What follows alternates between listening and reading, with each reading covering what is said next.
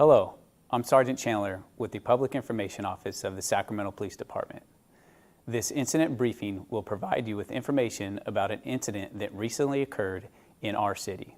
In this briefing, we will provide material to inform you of what occurred based on our understanding at this stage of the investigation. A word of caution to sensitive viewers. The material that we will present may be disturbing. Viewer discretion is advised. All video and audio that will be released has been redacted to ensure the confidentiality and privacy of those involved. The faces have been blurred and audio redactions are signified by muted audio with no accompanying sound.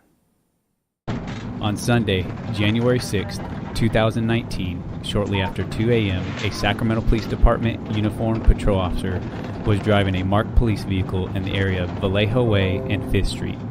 The officer ran a license plate check of a vehicle being driven and the registration returned expired as of March 24, 2016, over 2 years past due. The officer activated his overhead red and blue police lights to initiate a traffic stop for expired registration.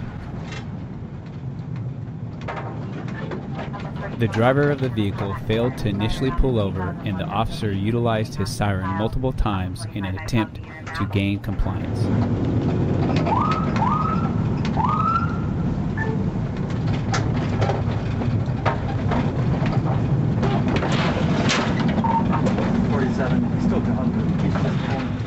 The driver parked on Seavey Circle, exited the vehicle, and immediately fled on foot. 47, he's still gone, but he's just pulling into park in Seavey Circle. We'll be at Seavey and 5th. The officer pursued the suspect on foot and advised via the police radio that he was in foot pursuit. Running through the park, southbound through the park, Seavey Circle. Male black, gray sweatshirt. Hey, let me see your hands!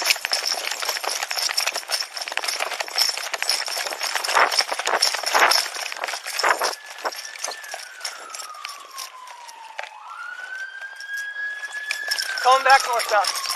Male black, gray sweatshirt, black pants.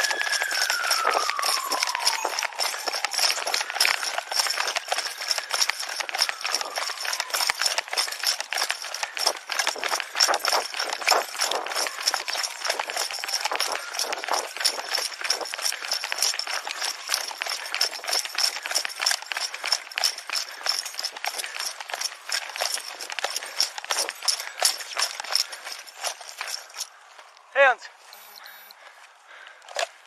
The officer lost sight of the suspect and began searching the area to locate him. 47, just lost visual. Inside Seavey Circle here.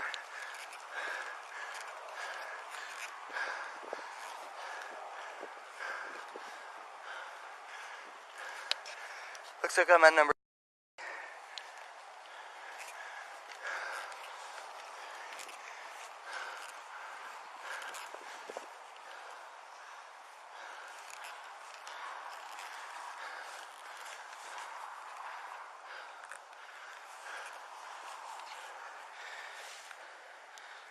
I'm at number.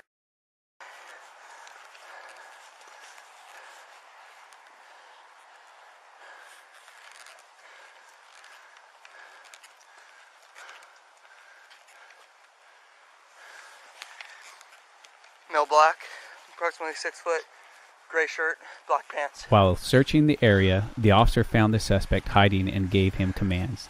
The suspect was initially cooperative, then fled on foot. 47, got him at gunpoint. Hey, hands. He's cooperative. Hands. Let me see your hands. The officer caught up to the suspect and took him to the ground. While on the ground, the suspect was combative, resistive, and attempted to run away again. During this violent struggle with the suspect, the officer's body-worn camera fell off. During this time, the camera still captured audio of the incident. The suspect was able to get on his feet. The officer, who was standing approximately 5 feet from the suspect, deployed his CED, pointed it at the suspect, and advised him he was going to be tased. Get up, on the ground! You're getting tased! At this point during the struggle, the officer heard a clicking sound, and the suspect stated that he was going to shoot the officer. The officer immediately discharged his CED at the suspect. After the officer discharged his CED, the suspect fell to the ground.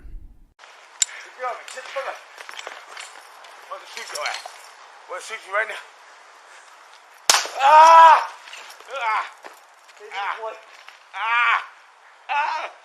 As the officer attempted to detain the suspect, he felt a gun in the suspect's hand. The officer then realized that the clicking sound he had heard was the trigger of the gun being pulled by the suspect. A violent struggle over the suspect's firearm ensued. The officer gave numerous commands to drop the gun. The suspect refused to comply and maintain his grip on the firearm. The officer pinned the suspect's hand and gun to the ground to prevent the suspect from shooting him. During the struggle for the gun, the suspect bit the officer on the wrist that was restraining the firearm. Good. You're gonna get shot. Okay. You're gonna get shot. Oh, drop it.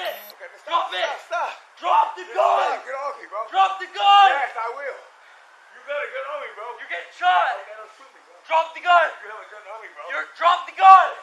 This violent fight, including the struggle over the suspect's firearm, lasted for approximately a minute and a half until additional officers arrived on scene and assisted with removing the firearm from the suspect's hand and safely placing him under arrest.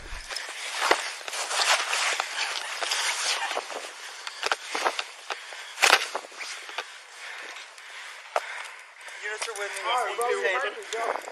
You're hurting me, bro. I'm cooperating, right? Give me your fucking hands now. Yeah.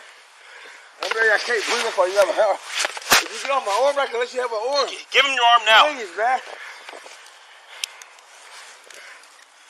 Get off 42. 1 to 10. Get off me, bro. Help me up. I can't breathe, man. I cannot breathe. Shut the fuck up! Hey, bro, I helped him out, bro. You okay? Let me run with me, bro. He bit me pretty good. Hey, my bad, bro. Shut the fucking move. I can't breathe, bro. Can I breathe? Search him. I don't have nothing, man.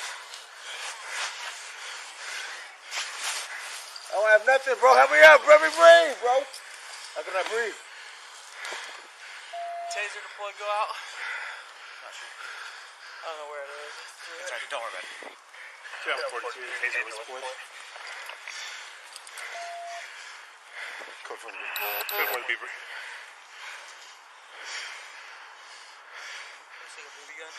The officer recovered the suspect's firearm after he was taken into custody.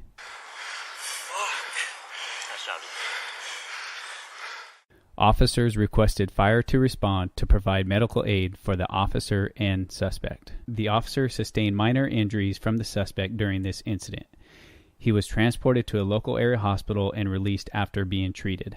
During the fight with the suspect, the officer sustained a laceration to his lip, a minor injury to his wrist from being bitten by the suspect, and a minor injury to his leg. The suspect was identified as 33-year-old Artavious Coleman. A records check showed him to have a felony warrant from out of state for failing to register as a sex offender. His firearm was determined to be a Lorson Model L380, .380 caliber pistol. There were multiple rounds in the magazine of the handgun and none in the chamber. The suspect, Artavious Coleman, was arrested for attempt homicide of a police officer, felony resisting, possession of a firearm by a felon, convicted person having a concealed firearm, and a felony warrant from out of state for failing to register as a sex offender. Due to the severity of the circumstances, detectives took over the investigation, which remains active.